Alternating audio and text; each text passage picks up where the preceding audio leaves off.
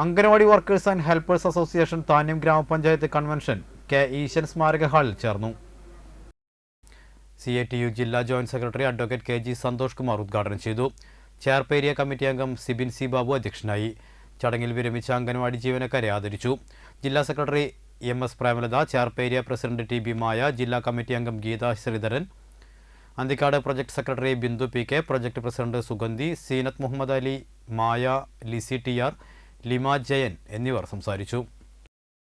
അടിയന്തരാവസ്ഥ കാലത്തിന് എന്തൊക്കെ ദോഷങ്ങളുണ്ടെങ്കിലും അടിയന്തരാവസ്ഥ കാലത്ത് ഒരു ജനക്ഷേമ പരിപാടി എന്ന രൂപത്തിലാണ് മറ്റു പലതിനെയും പോലെ ഇന്ദിരാഗാന്ധിയുടെ കാലത്ത് ഈ ICDS ആരംഭിച്ചത്. ഇന്ത്യ രാജ്യത്തിലെ ലക്ഷക്കണക്കിന് സ്ത്രീകൾക്ക്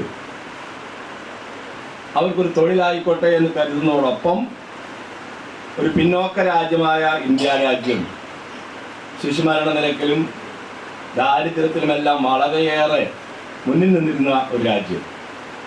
ആഫ്രിക്കയേക്കാൾ കൂടുതൽ ശിശുമരണം നടക്കുന്ന ബീഹാറും അതുപോലെയുള്ള സംസ്ഥാനങ്ങളുള്ള രാജ്യത്ത് അത് കുറച്ചു കൊണ്ടുവരാൻ 6 വയസ്സ് വരെയുള്ള കുട്ടികൾക്ക് ആവശ്യമായ പോഷകാഹാരം കൊടുക്കാനും അവരെ